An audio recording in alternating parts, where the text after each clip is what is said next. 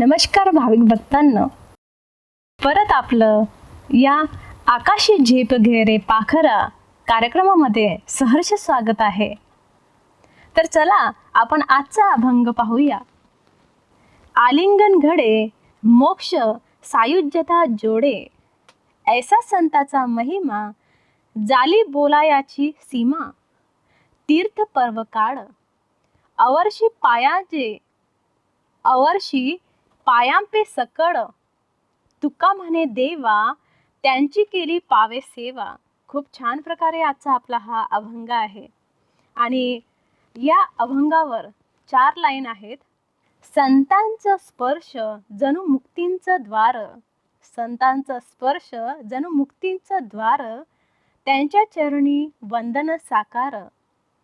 बोलायाला नाही शब्द पुरे, बोलायाला नाही शब्द पुरे, तुका म्हणे सेवेतच पुण्य खरे. तर खरंच जे आपण संतांची सेवा करतो त्यामध्येच पुण्य आहे. तर असंच या अभंगाचा अर्थ जाणून घेण्यासाठी नेहमीप्रमाणे आपल्यासोबत आलेले आहेत बाळासाहेब भाईजी. चला तर आपण त्यांच्याकडून अर्थ जाणून घेऊया. नमस्कार बाळासाहेब भाईजी. नमस्कार. तर आजचा हा आपला अर्थ किंवा अभंग खूप छान प्रकारे आहे की यामध्ये असं सांगितलेलं आहे की संतांची सेवा यातच पुण्य आहे. जे आपली पहिली ओळ आहे, आलिंगन घडे मोक्ष सायुज्यता जोडे, या वाक्याचा भावार्थ काय आहे? खूप सुंदर या ठिकाणी हा भावार्थ आहे की आपण बघतो की आलिंगन हा जो शब्द आहे हा एक आध्यात्मिक समरूपता किंवा आध्यात्मिक एकरूपतेचं एक प्रतीक आहे. ज्या वेळेला आपण प्रत्यक्ष व्यवहारामध्ये बघतो बरोबर की खूप दिवसानंतर जर मुलगा आईला भेटला किंवा मुलगी जर आईला भेटली किंवा एखादा मुलगा जर परदेशामध्ये राहतो आणि तो जर वर्षानंतर जर आईला भेटला तर त्यांची ती आलिंगनाची जी पद्धत आपण बघितली तर इतकी काही एकरूपता त्याच्यामध्ये दिसून येते की कोणत्याही प्रकारच्या मनामध्ये संकल्प नसताना ते जे प्रेम आहे ते प्रेम त्यांच्या जीवनामध्ये कसं एकरूप होतं ते बाकीचे जे लोक आहेत ते बघत असतात. त्याच प्रकारे आपण विठ्ठलाचं ज्या वेळेला दर्शन घेतो किंवा आपल्या कुलदैवतेचं ज्या वेळेला आपण दर्शन घेतो किंवा त्या मूर्तीला जर आपण मिठी मारली तर आपलं देहभान त्या ठिकाणी आपण विसरून जातो आणि हे देहभान विसरून एक आध्यात्मिक म्हणा किंवा आत्म्याशी संवाद म्हणा किंवा ते जे प्रेम आहे त्या आलिंगनामध्ये एक अनुभवास येतं. म्हणून हा जो अर्थ आहे तर हा या ठिकाणी महाराजांना सांगायचं आहे की ते जे सुख आहे ते आलिंगनाचं की कशा प्रकारे ईश्वराशी एक समरूपतेची भावना समानतेची भावना निर्माण करते हे या ठिकाणी सांगायचं आहे. म्हणजेच की त्यांना सांगायचं आहे क्लिअर की आलिंगन म्हणजे हे जे बाहेरच्या जगामध्ये जे पाहतो आपण त्याचा वेगळा अर्थ काढतात ते, पण यामध्ये आलिंगन म्हणजेच की ईश्वराशी एकरूप होणे याचा हा अर्थ आहे. हा आहे. आणि आपण बाहेरच्या जगामध्ये जरी तुम्ही म्हणता की वेगळा अर्थ, वास्तविक ते एक प्रेम आहे आणि बघण्याचा जो दृष्टिकोन लोकांचा जो असतो तो आपल्या आपल्या विचारानुसार असतो. वास्तविक जर बघितलं तर प्रेम ही खूप उच्च भावना आहे. बरोबर. आणि त्या उच्च भावनेला आज लोकांची दृष्टी ही दैहिक झाल्यामुळं लोक त्याला वेगळा अर्थ घेतात. तर वास्तविक जर आपण बघितलं तर प्रेमामध्ये वासना नसते, कामना नसते, तर आपण त्या गोष्टीला वाईट म्हणू शकत नाही. एखादा जर मुलगा एखादी जर मुलगी आपल्या आईवडिलांना जर मिठी मारते, आलिंगन देते, तर तुम्ही त्याला कसं वाईट म्हणणार? ते प्रेम आहे, ती एक समरूपता आहे तिच्या जीवनामध्ये. आपण बघतो की ज्या वेळेला मुलगी लग्न होतं आणि ती ज्या वेळेला सासरी जायला निघते तर जी मुलगी 20 वर्ष 25 वर्ष आईवडिलांकडे राहिलेली आहे, त्यांनी तिला फुलासारखं जपलेलं आहे आणि ज्या वेळेला ती सासरी जायला निघते त्यावेळेला आपण बघतो की ती त्यांचं जे आलिंगन असतं त्या भावना आपण व्यक्तच करू शकत नाही किंवा ते पण व्यक्त करू शकत नाही. कारण आपल्या लोकांचा अनुभव आहे की ते शब्दामध्ये त्याला खरं प्रेम म्हटलं जातं. हां, त्याच्यामुळं आपण त्या गोष्टीला असं म्हणता येत नाही की, कारण इथं महाराजांनी उपमाच ते केलेली आहे त्या आलिंगनाची. एक तर ईश्वराशी एकरूप होणं किंवा ते आत्म्यांशी असलेले जे ऋणानुबंध आहे, जे प्रेम आहे, ते त्यामधून ते व्यक्त होतं. त्यामध्ये कोणतीही दैहिक भावना त्यावेळेला उत्पन्न होत नाही. बरोबर. जसं आता म्हटलं जातं ना, प्रेम हे फक्त तरुण आणि तरुणीचं प्रेम नाही, तर प्रेम हे भावाच्या सोबत पण होऊ शकतं, प्रेम हे बहिणीच्या सोबत पण होऊ शकतं, प्रेम हे आई बाबाच्या सोबत पण होऊ शकतं. प्रेमाची व्याख्या जर म्हटली तर खूपच मोठी आहे. प्रेमाची व्याख्या वैश्विक आहे.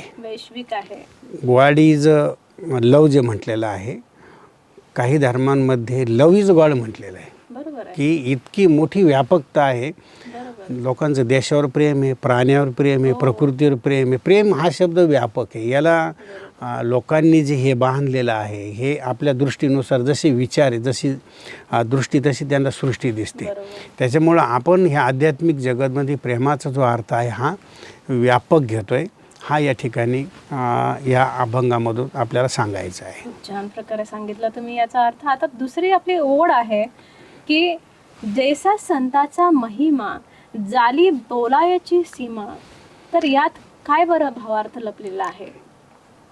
म्हणजे या ठिकाणी जी संतांची महिमा वर्णन केलेली आहे, भावार्थ आहे की ज्या वेळेला व्यक्ती नामस्मरणामध्ये एकरूप होतो, भजनामध्ये दंग होतो, किंवा आध्यात्मिक जगतमध्ये ज्या वेळेला आत्मानुभूती आणि परमात्मानुभूती त्याला होते, त्यावेळेला त्या ज्या भावना आहेत तो व्यक्तच करू शकत नाही. म्हणजे शब्दाच्या पलीकडचं अवर्णनीय जे वर्णन आहे ते या ठिकाणी अभंगामधून वर्णन केलेलं आहे की त्याला शब्दामध्ये आपण सांगू शकत नाही. आपण बघतो की ज्या वेळेला ईश्वराशी एकटक आपण बघत असतो त्यावेळेला आपल्या ज्या भावना आहे, जसं मीरा श्रीकृष्णाकडे बघत होती तर तिच्या डोळ्यातून अश्रू व्हायचे. तर तिची आई म्हणायची की ती एक दगडाची मूर्ती असून तू काय त्याच्याशी गप्पा मारते, आणि डोळ्यातून तिच्या पाणी यायचं, ते प्रेमाचे अश्रू. तर म्हणण्याचं तात्पर्य ह्या अभंगामध्ये हे की ते अवर्णनीय असतं. त्या ज्या गोष्टी आहे अवर्णनीय आहे आणि निस्वार्थ प्रेम म्हटलं जातं. आणि त्या ज्या भावना आहेत फक्त ईश्वर आणि ती आत्मा जाणू शकते. बाकीच्या लोकांना ते भावना कळू शकत नाही. म्हणून या ठिकाणी अभंगामध्ये वर्णन केलेलं आहे की ते शब्दांच्या पलीकडं आहे. ते फक्त आपण भावनेनं किंवा डोळ्यानंच ते व्यक्त करू शकतो, शब्दानं ते वर्णन करू शकत नाही. खूप छान प्रकारे अर्थ सांगितला तुम्ही. तीर्थ पर्व काळ अवर्षी पायांपे. तर यात आपला जो सांस्कृतिक दृष्टिकोन आहे तो कोणता आहे? या ठिकाणी अभंगामध्ये महाराजांना सांगायचं आहे की जे संतांचं आपले जे तीर्थ आहे, संतांच्या पायाजवळ किंवा संतांची महिमा करण्यामध्ये वर्णन केलेलं आहे. याच्याही पलीकडे आध्यात्मिक दृष्टिकोनातून जर आपण बघितलं तर म्हटलं जातं की पहिले आपले आईवडील आहे, नंतर गुरु आहे, संत आहे, महात्मा आहे, महापुरुष आहे. आणि जसं आपण अभंगामध्ये मागच्या बघितलं होतं की यांचा संग किंवा यांचे गुण जीवनामध्ये अंगीकारणं ह्याच गोष्टीमुळं आपण मोठं बनतो. म्हणजेच संतांच्या बरोबर आपण समाजामध्ये वावरत असताना जे जे काही महापुरुष आहे त्यांचे जरी जीवनामध्ये आपण गुण धारण केले, समजा आपले शिवाजी महाराजांचं उदाहरण घ्या की संपूर्ण महाराष्ट्राला जे आज भूषण आहे, का भूषण आहे की त्यांनी फक्त एक दृढ संकल्प केलेला होता की हिंदवी स्वराज्य जे आहे ते मिळवणं हे माझं कर्तृत्व आहे आणि ते मी मिळवून दाखवणार. हा जो निश्चय आहे, शिवलिंगावर त्यांनी तलवारीनं आपल्या ही जी करंगळी आहे याच्यातून रक्ताचे थेंब टाकले आणि ती प्रतिज्ञा केली. बरोबर. याला म्हटलं जातं दृढता. दृढता. हा एक दृढ संकल्प ज्या वेळेला व्यक्तीच्या मनामध्ये निर्माण होतो तर त्यावेळेला असंभव पण जीवनामध्ये संभव होतं. आपण म्हणतो की त्यांची आई खूप धन्य आहे की अशा प्रकारे मुलगा त्यांना जन्माला आणले आणि खूप छान प्रकारे असे शौर्य कार्य त्यांनी करून दाखवलेले आहे. आणि या ठिकाणी आपण बघतो की प्रेमाची जी भाषा आपण या अभंगामध्ये वर्णन करत होतो तर या ठिकाणी हे झालं देशाप्रती बरोबर. लोकांच्या मनामधली जे कष्ट आहे ते हरवण्याची जी प्रेरणा आहे त्यांच्या जीवनामधून संपूर्ण जीवनामधून आपल्याला एक झळकते. म्हणून आज आपण त्यांना इतकं काही त्यांची आठवणी म्हणा किंवा इतकं काही त्यांना महत्त्व देतो आहे. खूप छान. आता या अभंगातील मोक्ष कोणत्या प्रकारचा आहे बरं? वास्तविक जर मोक्षाचा जर अर्थ आपण बघितला आध्यात्मिक दृष्टिकोनातून तर मोक्ष म्हणजे ज्याला मुक्ती म्हटलं जातं. म्हणजे मी आणि तू त्यातला भेदभाव जो आहे तो या ठिकाणी ज्या वेळेला व्यक्ती मोक्षाला प्राप्त होतो तर थोडंसं आपल्या दर्शकांना मी हे स्पष्ट करतो की वास्तविक मोक्ष काय आहे किंवा मुक्ती काय आहे. बरेचसे लोक मुक्त होण्यासाठी या संसाराच्या कटकटीतून मुक्त होण्यासाठी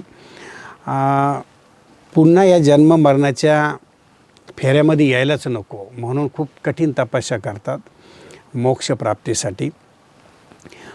परंतु आपण जन्म मरणाच्या चक्रामध्ये कर्मानुसार परत परत येणारच. परंतु तपस्या केल्यानंतर परमेश्वराशी एकनिष्ठ झाल्यानंतर मी आणि माझं तू आणि तुझं हे गळून जातं.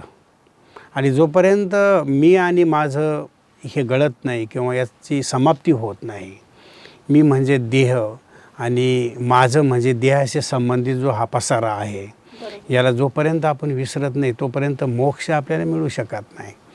आणि आपल्याला जीवन जगत असताना जीवन बंधन मुक्त आपण बनू शकतो. ते कसं बनू शकतो की जीवनाला बांधणाऱ्या ज्या गोष्टी आहेत त्या कोणत्या आहेत? काम, क्रोध, लोभ, मोह, अहंकार यांच्यापासून आपण मुक्त होतो. परंतु आपण जन्मच घ्यायचा नाही याच्यापासून आपण मुक्त होऊ शकत नाही. कारण जन्म मरणाच्या चक्रामध्ये मनुष्य हा येणारच. परंतु जीवन जगत असताना ह्या वाईट गोष्टींपासून आपण मोक्ष किंवा मुक्ती घेऊ शकतो. हा वास्तविक त्याचा अर्थ आहे. खूप छान प्रकारे अर्थ सांगितला तुम्ही मोक्षाचा. आता तुम्ही आध्यात्मिक संदेश काय देऊ इच्छिता भावी भक्तांना?